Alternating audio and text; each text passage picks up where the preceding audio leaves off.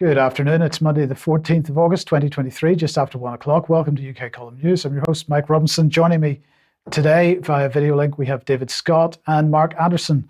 Welcome to the programme, both. So we're going to kick off very quickly here with the World Climate Declaration. There is no climate emergency. This comes from the Global Climate Intelligence Group, and it was originally released in February. We reported it at the time. So why are we mentioning it now? Well, because a laureate of the Nobel laureate for physics, Dr. John F. Clauser, has decided to sign this. It's the latest Nobel laureate to sign. Well, I just wanted to highlight something that he said at a speech that he gave last week. So let's just have a look at what he said here. The popular narrative about climate change reflects a dangerous corruption of science that threatens the world's economy and well-being of billions of people. Misguided climate science has metastasized into massive shock journalistic pseudoscience. In turn, the pseudoscience has become a scapegoat for a wide variety of other unrelated ills. It's been promoted and extended similarly by similarly misguided business marketing agents, politicians, journalists, government agencies, and environmentalists. In my opinion, he said, there's no real climate crisis. There is, however, a very real problem with providing a decent standard of living to the world's large population and an associated energy crisis. The latter being unnecessarily exacerbated, what in my opinion is incorrect climate science. He then went on to also highlight this organization, this thing. This is from the Nobel organization itself, and they're calling it the International Panel on the Information Environment. And he has expressed concerns about this because they say that they're modeling this on the IPCC. And what they're saying is that the global source of scientific knowledge about the world's information environment is what they are. They're saying algorithmic manipulation, bias, hate speech, misleading information, deep fakes, and other acts have created global information environment crisis and an existential threat to humanity. So David, I'd be interested to get your thoughts on, first of all, his comments, but also this organization, because, of course, this begins to sound like an effort to control the narrative that he is, or at least take control or make sure that the narrative that he's highlighting, the narrative that he is criticizing, is maintained. Well, firstly, on his comments, they were absolutely spot on and really quite magnificent in that they got to the heart of the matter, which is this is a lie that will make people poorer and will drive people to desperation all across the world. And the nature of the errors that are being built in to government policy all across the world, once again, are so severe that the implications are that the huge improvement we've seen in worldwide living standards, in escaping absolute poverty over the last 50 years, they might go into reverse. This is very serious indeed, and he absolutely nails it. It was a very good, very concise summary of the problem. As far as the IPIE is concerned, that sounds like the single source of truth that Jacinda Ardern was claiming to be during COVID. Is that not? We are the arbiters of what is right and what is wrong. We say what is sayable. Is that what that is going to be? It sounds very like it to me. So if we're talking about information in the information environment and so on, let's look at some information. This is Energy and Climate Intelligence Unit. Climate extremes like this summer's heat waves threaten UK imports from Mediterranean, is what they're saying. And they are offering an analysis of the extent of UK food imports from the Mediterranean region, which shows the scale of the threat, which increasingly severe climate impacts pose to UK food security. Now, my question, David, is where does this threat to UK food security coming from? So if we just put that back on screen for a second, here is a quote from Gareth Redmond King, who's the head of international program at this organization. And he's saying, the heat wave we've seen in Europe this summer in April would be all but impossible without climate change. Now, I realize that's going to make you laugh, and I can see you laughing in the background. We'll come on to get your thoughts on this in a second. He went on to say we can't simply grow our way out of the problem by producing many of these foods in the UK. Well, that's true, but not for the reason that he's suggesting. he goes on to say, the only surefire way to avoid even worse and more dangerous impacts is to keep global temperature rises to 1.5 degrees C. And the only way to do that is to cut our emissions to net zero. Now, the reason I say that he is talking nonsense here, in a sense, is because, of course, it's nothing to do, the food insecurity issue with the UK has nothing to do with the climate. It is everything to do with government policy with respect to farming, and particularly with respect to climate change, because the Sustainable Farming Programme rolls on apace, and in the meantime, farmers are being encouraged to not produce food in this country. We've got the Sustainable Farming Initiative, we've got local nature recovery, landscape recovery. This is all about bringing arable farming and meat farming, returning that land back to what is perceived by the net zero crowd as nature. But let's have a look, if we look at this organization, the Energy and Climate Intelligence Unit, look at their advisory board. And well, first name that I see there is Tom Bradshaw, who's from the National Farmers Union. Now, many farmers say that he is pushing the climate change agenda extremely hard. He's doing so to the detriment of the farming industry. Let's see who else is on here. There's Lord Krebs, Andrea Leadsom, the former Leader of the House, Lord Howard, the former Tory leader. We've got Rear Admiral Neil Morissetti on there as well. So these are the people that are deciding what our climate policy should be, and so on. So David, just as before you move into Winchester Council, just what are your final thoughts on that? The problem with farming in the UK is very much one of government policy, and the government policy is now turning against farming and against productive use of land, as it is in Holland, as it is in many places across the globe, where we're seeing nonsense like growing things for fuel, where we could actually get the fuel from elsewhere. And this is, we can get away with this while there's relative plenty, but you add into this the attack on, for example, international shipping that is inherent in the net zero plans, and it may well be that food security does in fact become challenged. And food security in less affluent countries than Great Britain will most certainly be challenged, because we're going to see the reduced use of fertilizer, reduced use of automated equipment, as these items become frowned upon for ideological reasons. And this will mean people will suffer. Yes, indeed. But also, as I say, the returning of land, the renaturization, the rewilding, as the term is. But let's move on to Winchester here, David. What's been going on? Well, Winchester City Council, like almost every city council in the entire UK, is working on its local area plan.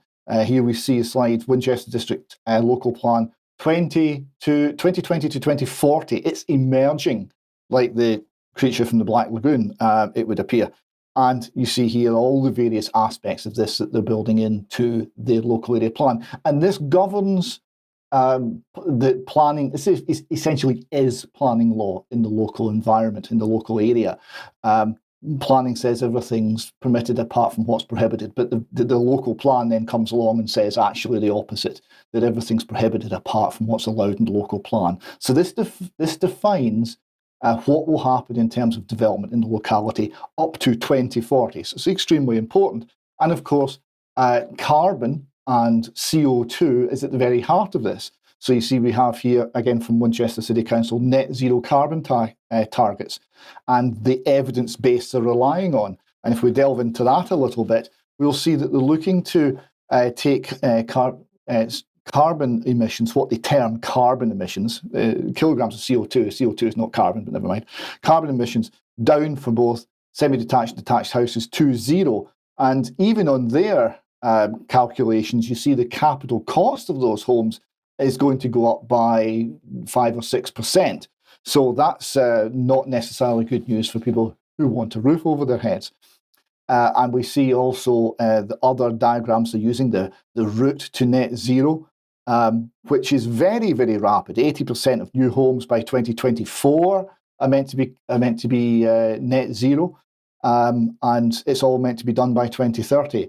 And of course, we've got We've got pyramidal and triangular diagrams, because we always do, all about net zero. So net zero is at the heart of this. The idea that CO2 is a pollutant is at the heart of it. The idea that CO2 is warming the atmosphere and this is catastrophic is at the heart of it. And of course, as you just reported there, Mike, this is not the case.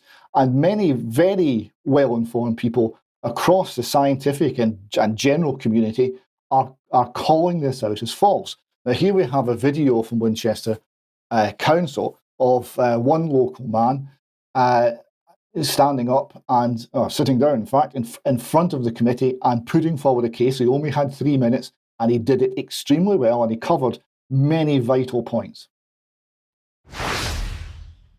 Mr. Morse. Some of us find it disturbing that an alleged climate emergency claims that seems to underpin our local plan. The document dealing with the Council's carbon neutrality roadmap states the equivalent of these as being atmospheric carbon dioxide, CO2 emissions, etc. Few brief words about CO2.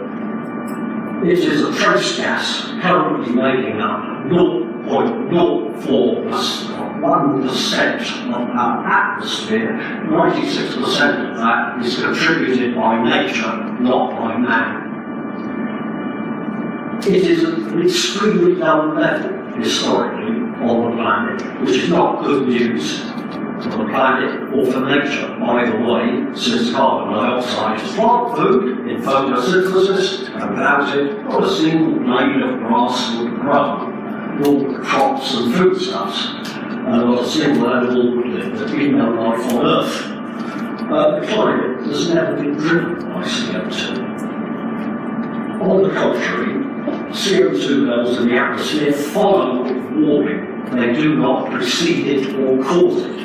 Your roadmap ignores all of this, and is presumably the basis on which planning decisions will be made, as it does the science, that there is no scientific evidence that there is no catastrophic global warming, let alone caused by CO2 or fossil fuels. For your information, the hottest decade of the last 100 years was the 1930s. Verify that yourselves. Climate changes naturally all the time, and human activity is largely irrelevant. Normal human activity. On this showing, there's no justification for the economic and human cost of any push for carbon net zero will cause, and there are no realistic alternative technologies like wind and solar cannot even remotely substitute for hydrocarbon fuels, oil and gas. That is impossible. The roadmap also flags the creation, flags up favourably, the creation of 15-minute cities, low-traffic neighbourhoods and other measures restricting movement. These are potential threats to the livelihoods, well-being and ultimately even fundamental human liberties of the population. I would suggest to the Council that regardless of what government diktats, etc., may seem to impose upon by way of opinions requirements, etc., it is their duty not to follow this destructive delusion. It is their duty and their responsibility to do what is in our interest. Your responsibility is to us, not to the government, the authorities, the United Nations, the IPCC, or any dubious source of that kind. Your responsibilities as individuals, matter of conscience for all of you, is to us, to our human rights, liberties, and genuine well-being. Thank you very much, Councillors.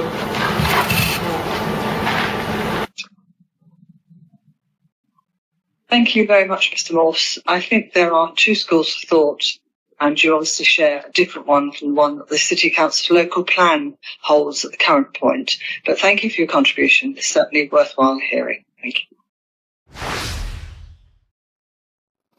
And wasn't that interesting? So we had CO2 is not a pollutant, it's plant food, and Essentially, Mr. Morse calling on the doctrine of the lesser magistrates and asking the council to defend the local community from harmful ideas from further afield. But at the very end, the council said there are two schools of thought. That wouldn't have been said a little while ago because there was only one. Only one could be sayable. The other one was an outrageous conspiracy theory. We're not hearing that anymore. That argument, that particular barrier to discussion has fallen.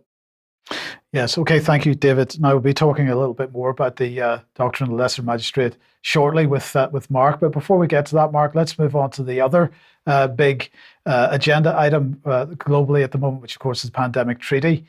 So take us through this.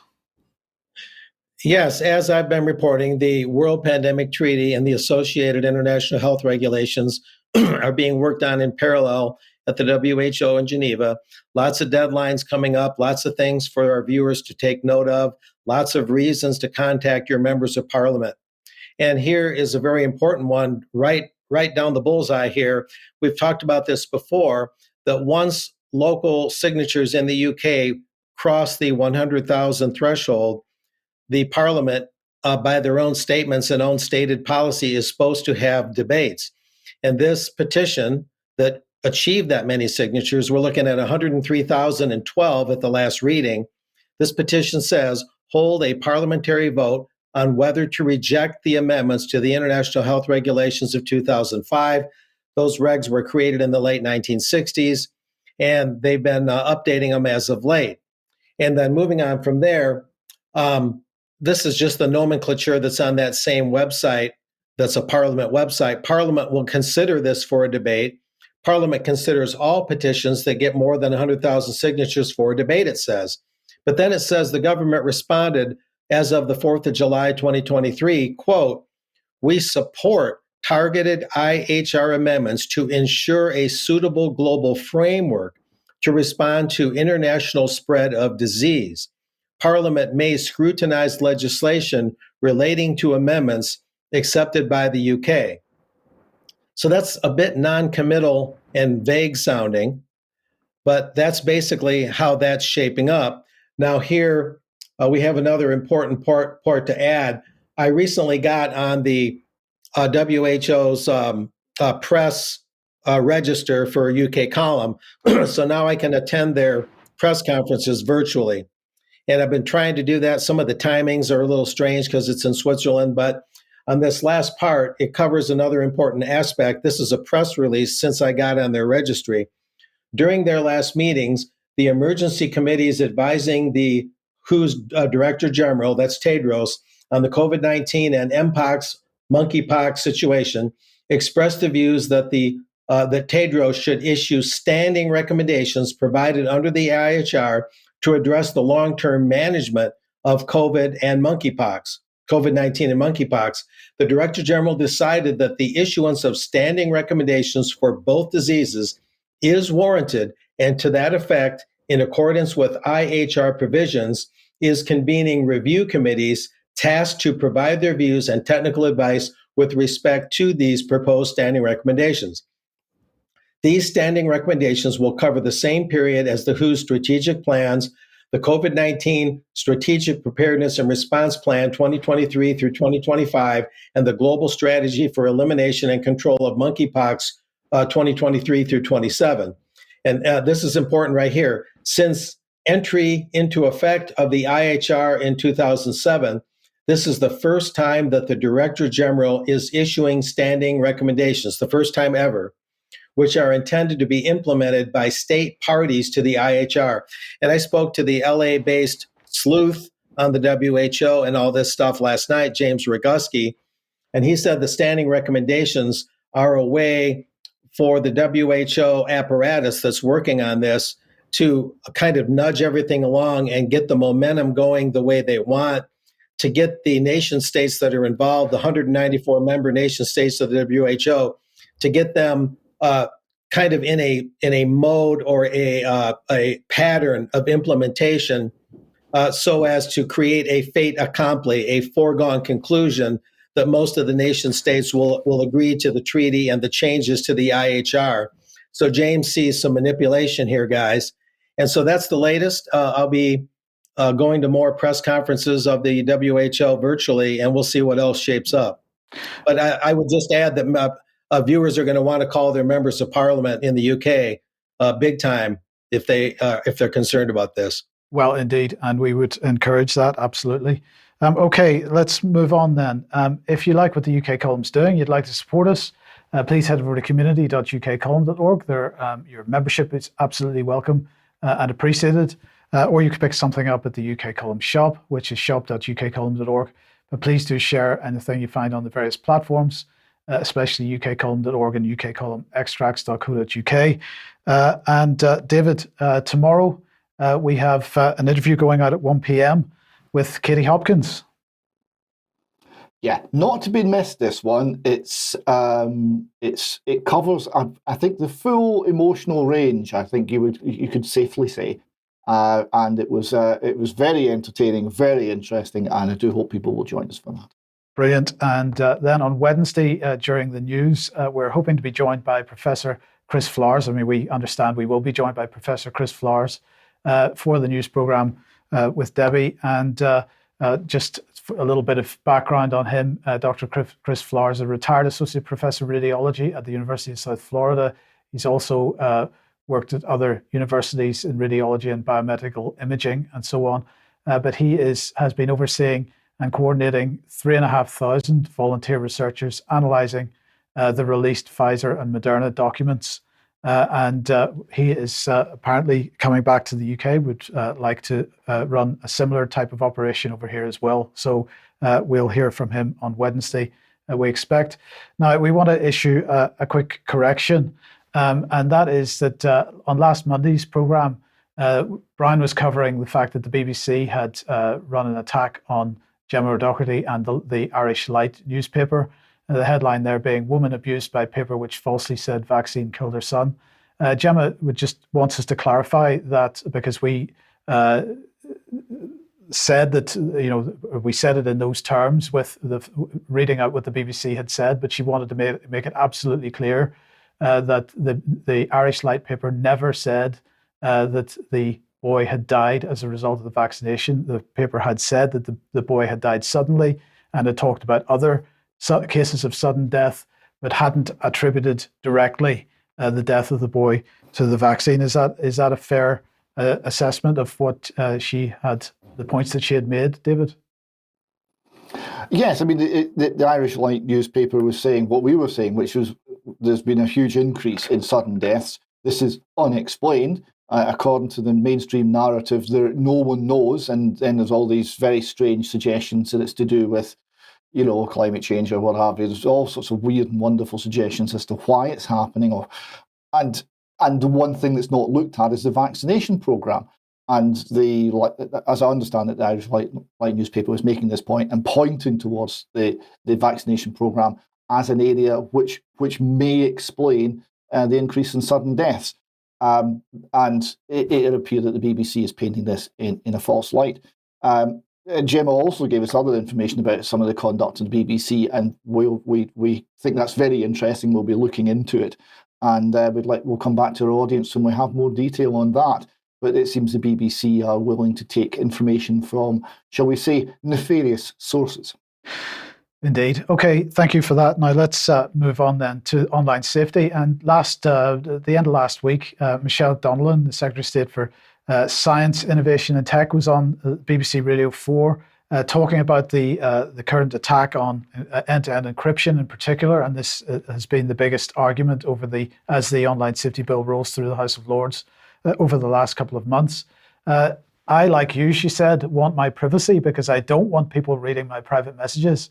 They'd be very bored, but I don't want them to do it. So that was her trying to establish a starting point. But then she went on to say, however, we do know that some of these platforms, they're hotbeds sometimes for child abuse and sexual exploitation. And she said, and we have to be able to access that information should that problem occur. I'd like to know why she wants to access that information, but okay, she says she does. The issue here is, of course, that this is a front, and the UK government has done very little over the decades to in any way do anything to stop child sexual exploitation, child abuse, the sharing of imagery online, and so on. What this is really about is making sure that anybody that's campaigning or in any way attempting to counter what government is doing, that those activities can be spied upon. Because it's not just, as we were saying just before I went on my 2-week break in July, it's not just the online safety bill that is the issue here. It's also the upgrade to the Investigatory Powers Act. So let's just remind you what this is about. The tech companies will have to clear new security features with the Home Office before they're implemented. So this is what the government is going to do through secondary legislation. This isn't something that's going to go through Parliament for approval. This is secondary legislation. It will be laid in Parliament. And of course, if your MP is not actually there to in any way vote against it, it'll just go through as a matter of course. And since these things are laid at periods of time where generally people aren't in the House of Commons, it's really just a formality in practice. So anyway, tech companies have to clear new security features with the Home Office before they're implemented. And that means that even non-UK companies will have to comply with changes, and that including breaking end-to-end encryption. So it's not just the online safety bill that's carrying out this attack here, it's also this. Tech companies will have to respond immediately to notices rather than waiting for the result of any appeals. Data retention notices require the retention of communications data by operators, and technical capability notices are going to require operators to provide and maintain technical capabilities, enabling them to respond to relevant authorizations through the Investigatory Powers Act. And this means much more snooping on the general day-to-day activities of people, of individuals. And finally, national security notices would require the telecommunications operator to take such specified steps as the Secretary of State considers necessary in the interests of national security. So they can do anything to anyone at any time with respect to their online communications.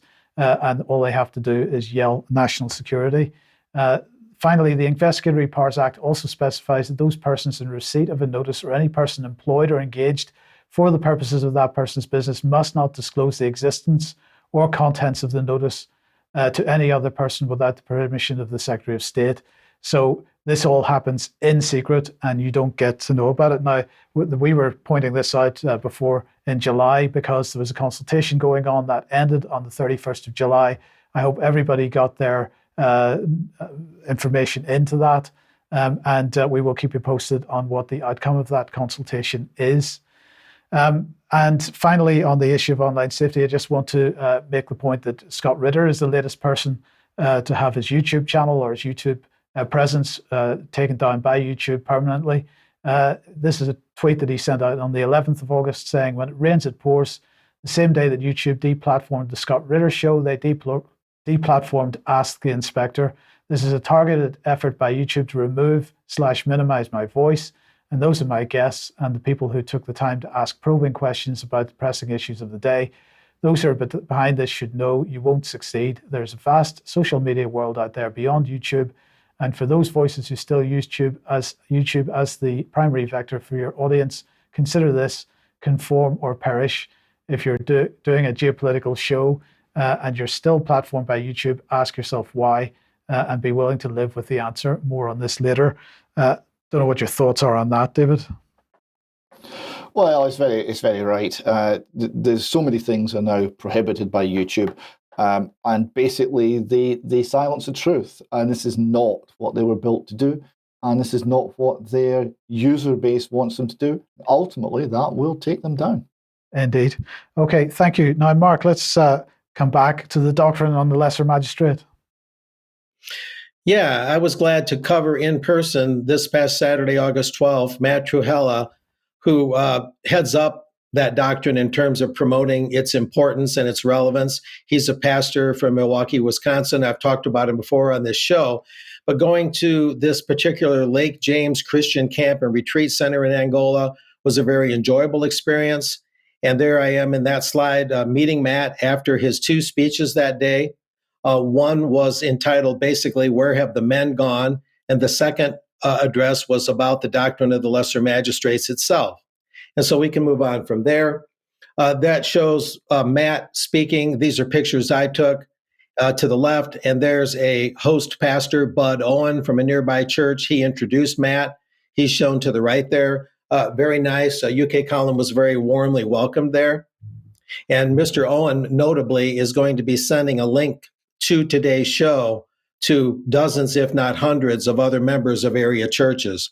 But anyway, we do have some of Matt's speech here. I took some videos as well, and we got a couple of clips, and I can comment after each clip.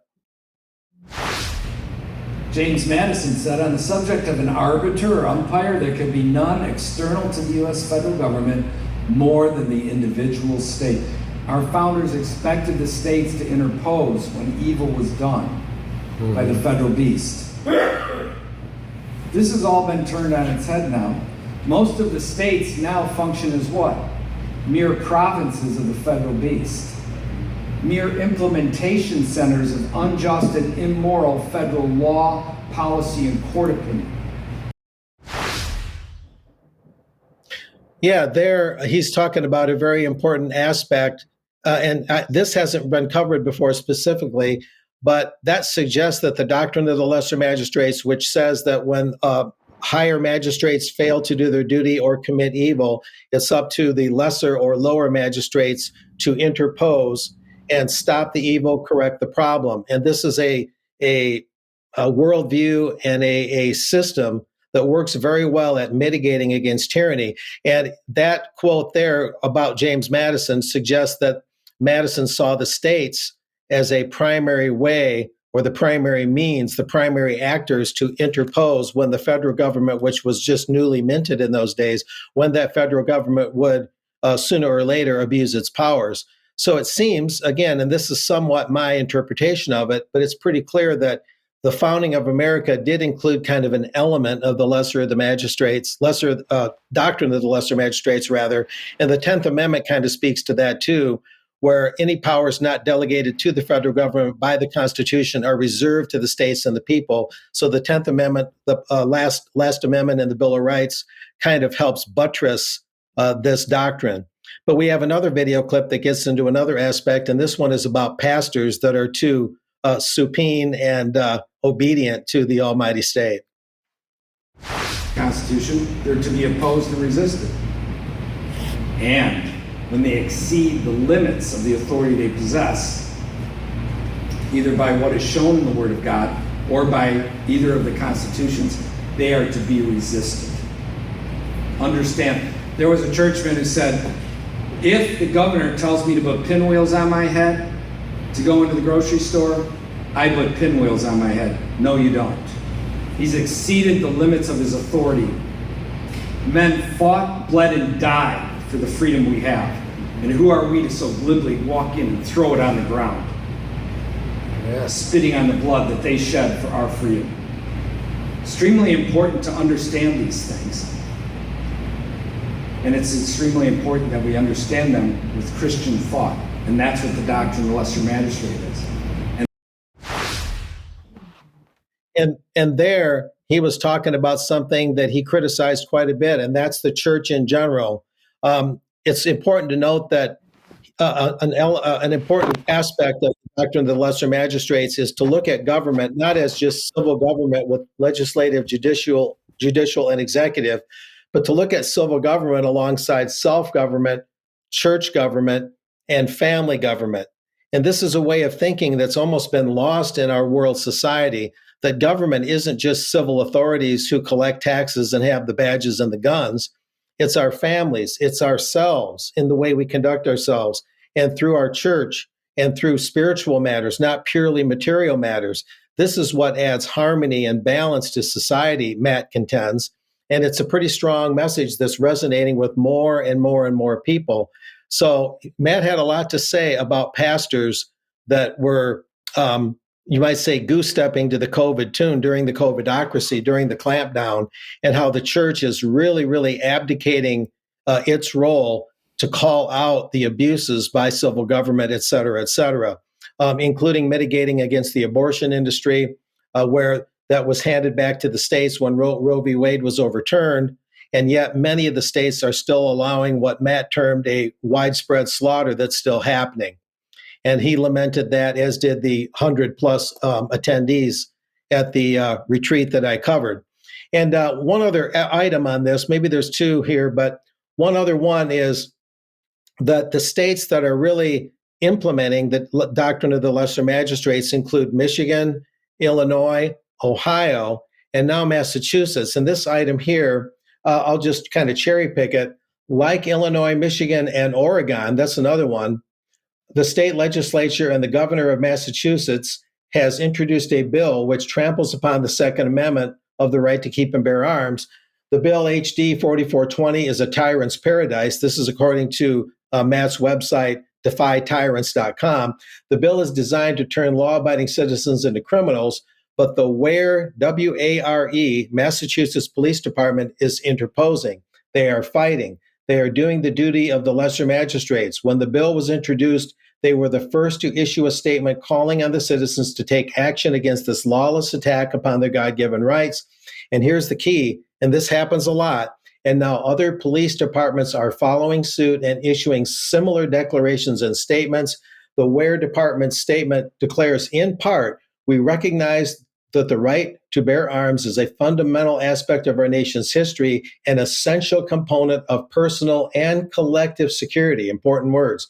As members of the police force, we are committed to upholding the law and defending the rights of our community members. A plethora of unconstitutional proposals litter, that is, this travesty of a bill. And so you see this kind of wildfire viral effect that the lesser magistrates doctrine has had in several states.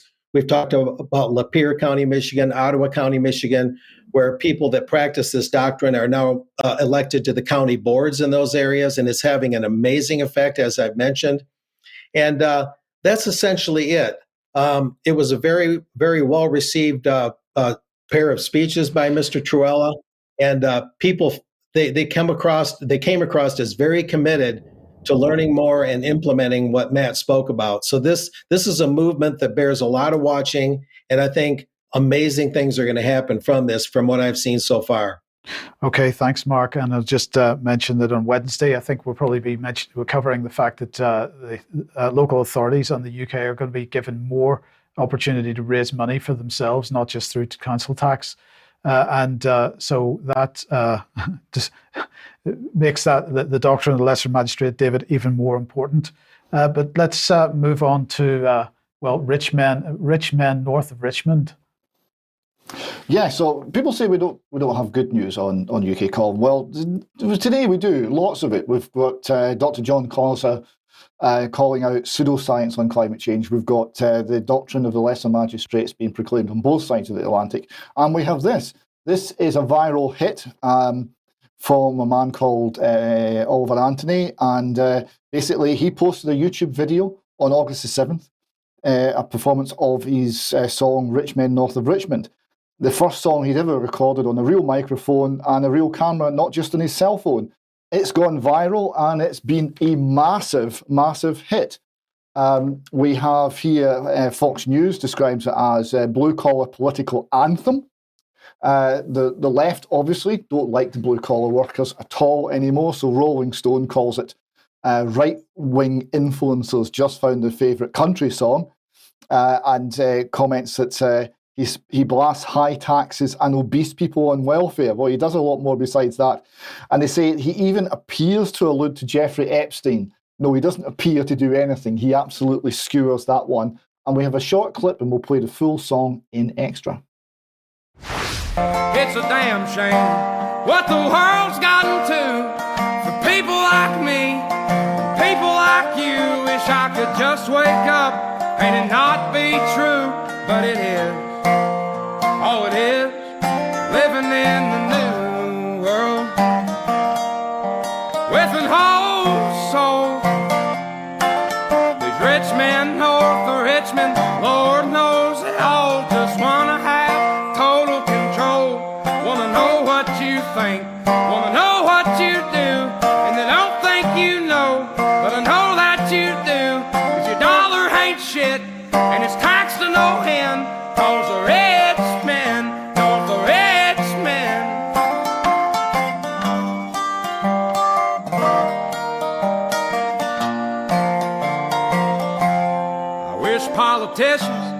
Look out for miners, and not just miners on an island somewhere. Lord, we got folks in the street, ain't got nothing to eat, and the whole beast milking welfare.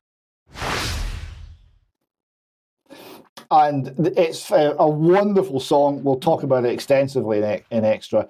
It covers so many important issues, and I hope you all enjoyed that.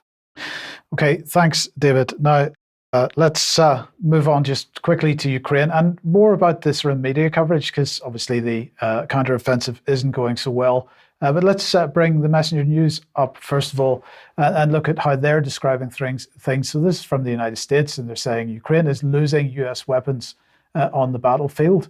Heavy equipment losses are forcing a change in tactics and raising tough questions about the future of the war. And the question is, what is the future of the war? And so what they say here is, according to the widely cited open source blog Oryx, which documents only equipment losses that can be verified by photographic evidence, at least 23 of Ukraine's Bradleys have already been destroyed. Another 21 have been damaged, and 5 of those have been abandoned. More than 60 M113 armored fighting vehicles, 57 Max Pro mine-resistant vehicles, and more than 100 Humvees have also been destroyed, damaged, or lost. The value of all this destroyed equipment likely runs into the hundreds of millions of dollars.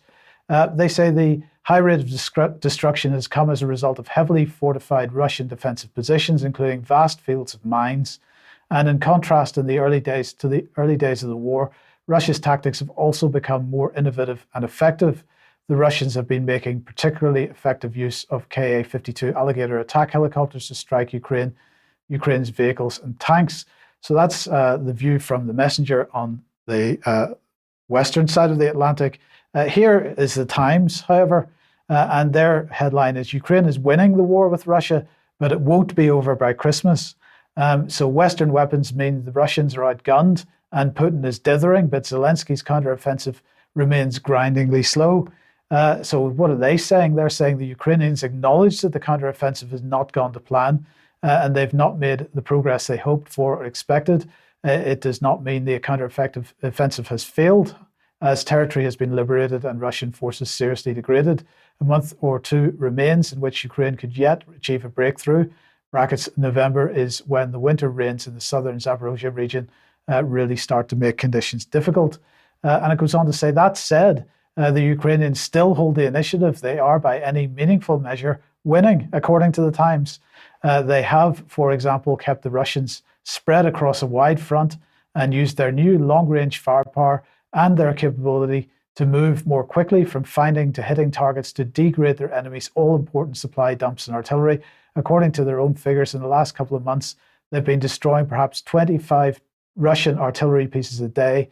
They've also repeatedly struck at crucial Russian supply lines, especially the Chonar Bridge connecting mainland Ukraine to Crimea. And then it goes on to say there's a growing awareness in Kiev and the West that they need to start working on a new, longer time frame. So I don't even know where to start with that, because the Times article is so disgraceful. But anyway, it's just as well that they're now working on a longer time frame, because, of course, the mainstream media has now decided to acknowledge something that alternative media, including ourselves, have been saying from the very beginning, and that is that there's no prospect of F-16s, of Ukrainian pilots flying F-16s in the near future on the battlefield.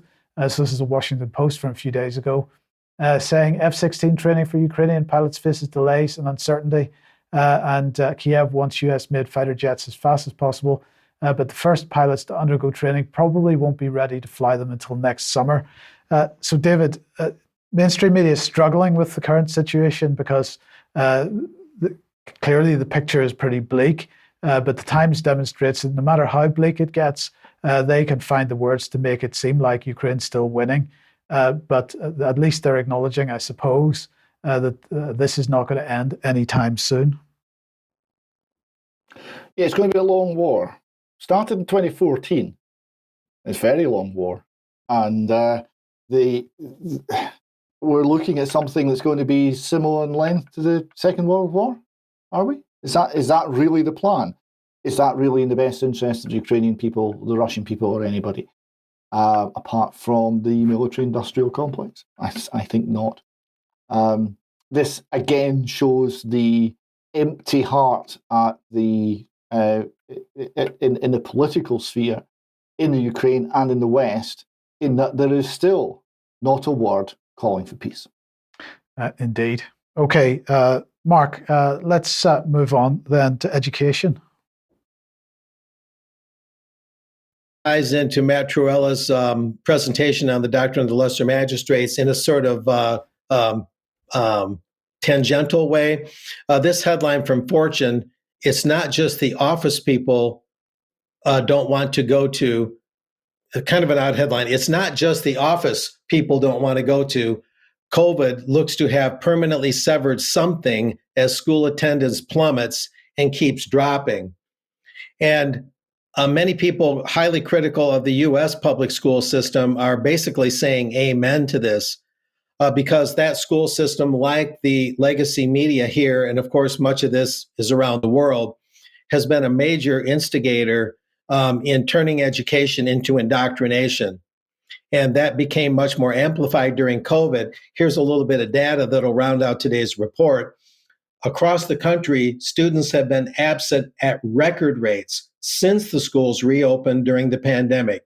More than a quarter of students missed at least 10% of the 2021-2022 school year, making them chronically absent. According to the most recent data available, before the pandemic, only 15% of students missed that much school. All told, an estimated 6.5 million additional students became chronically absent, according to the data, which was compiled by Stanford University education professor Tom Dee in partnership with the Associated Press. Of course, there's the AP Wire service showing its involvement in things that maybe it shouldn't be involved in necessarily. Taken together, the data from 40 states and Washington, D.C. provide the most comprehensive accounting of absenteeism nationwide. Absences were more prevalent, they claim, among Latino, Black, and low-income students, according to Dee's analysis. The absences come on top of the time students missed during school closures and pandemic disruptions. They cost crucial classroom time as schools work to recover from massive learning setbacks. Well, I've covered a little bit about how they try to teach reading, the very wrongful and questionable ways they try to teach reading, what they call the new math. So massive learning setbacks are hardly the fault of COVID and school closures. They're largely the fault of school policies that have been using wrong-headed ways to teach fundamentals for a long time. And all the closures did was exacerbate that. And now, as we've read elsewhere, and as I've reported on UK Column before, when the pandemic happened, a lot of parents, sometimes for the first time, saw the actual curriculum their students were using from the schools, and they were shocked. Not only was it unworkable, but it often had to do with diversity, exclusion, equity, things like that, the whole woke agenda, the LGBTQ indoctrination, et cetera, et cetera.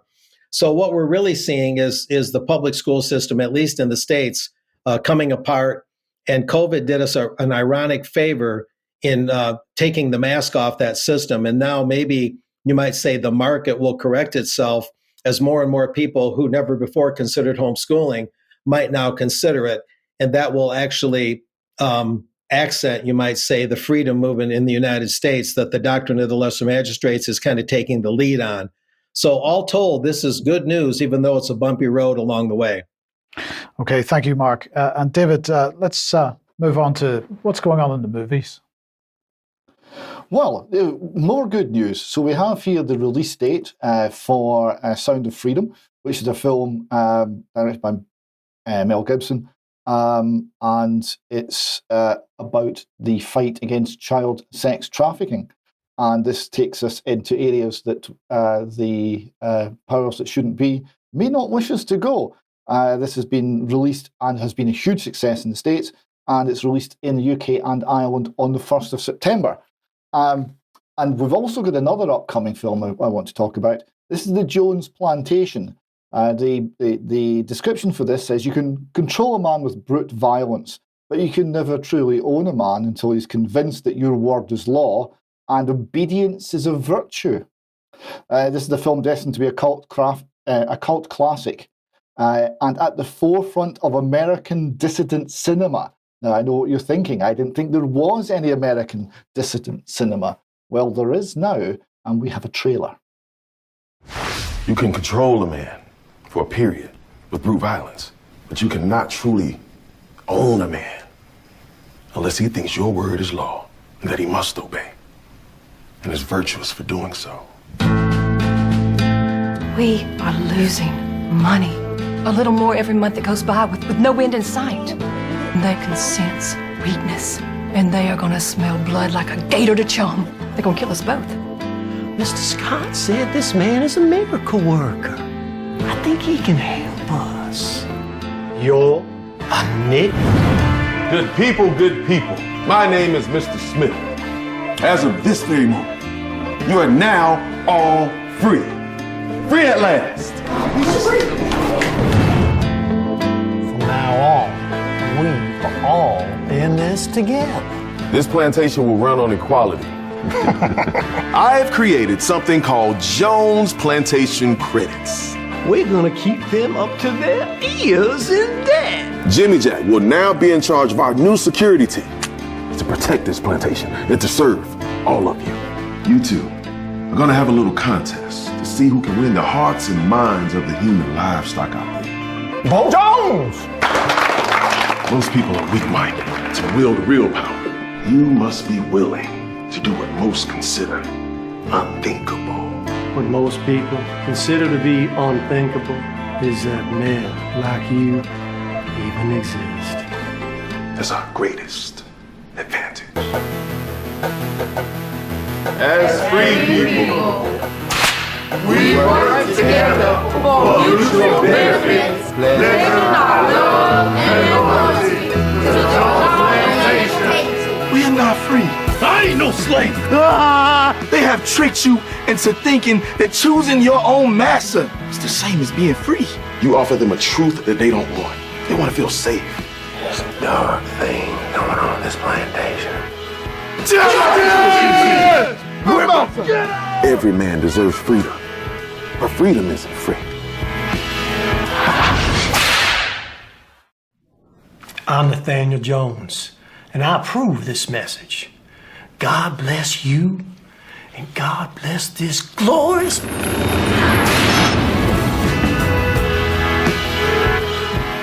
Toodaloo.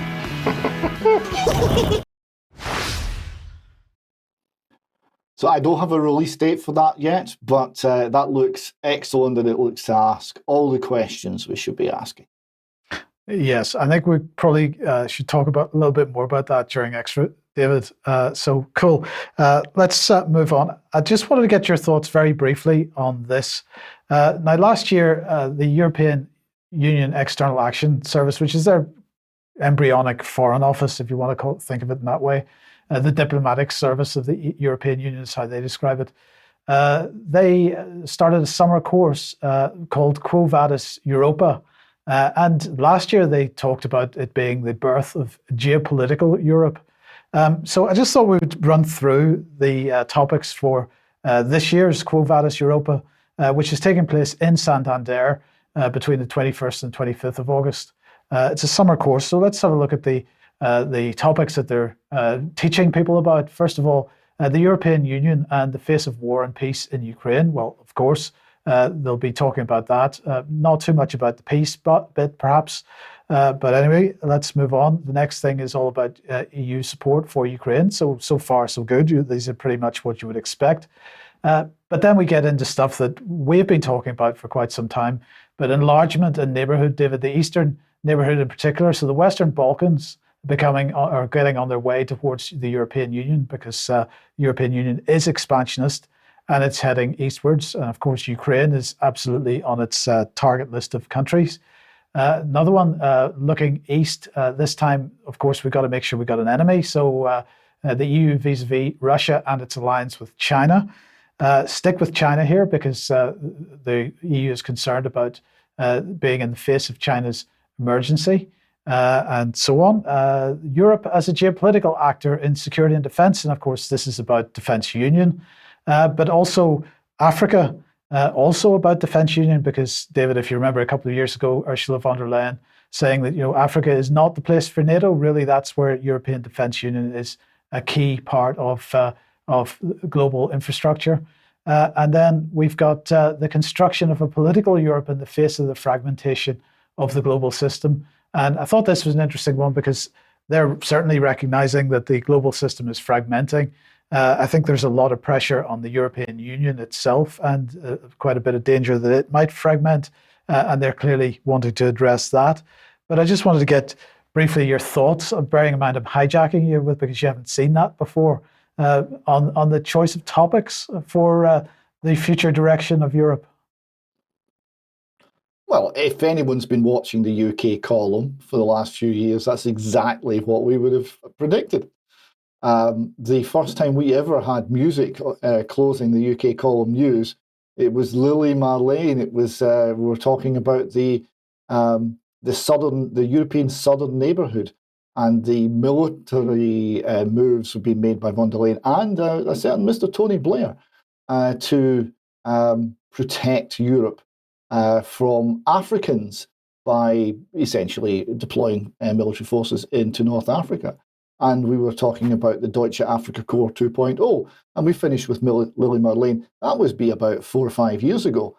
And here we are. It's now, it's now being discussed at the highest levels. How interesting. Yes, indeed. Okay. Well, look, that's about it for today, but we do have some final slides, David. Let's start off with this one. Yes, first, over to Canada, we've got a pic of Trudeau talking to a little girl, and he's saying, "You're sad because the carbon tax is starving your family. Would you like medical assistance in dying?" This is unfortunately grimly funny because it's true. But more good news, The Guardian here reports that Nicola Sturgeon's writing a book. It's going to be deeply personal and revealing, even though she can't remember anything when asked.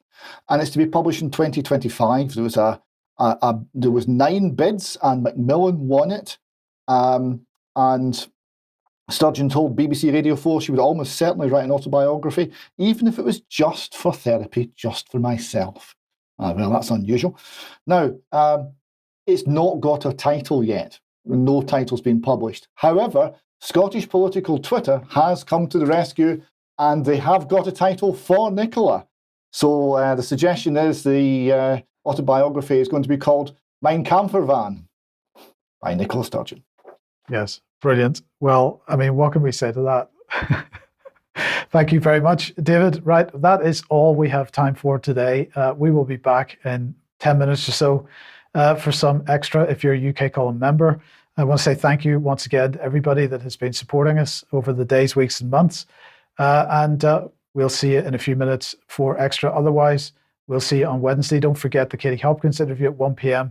in the usual places, ukcolumn.org/live and community.ukcolumn.org/live tomorrow. And otherwise, we'll see you at 1 p.m. on Wednesday. See you then. Bye-bye.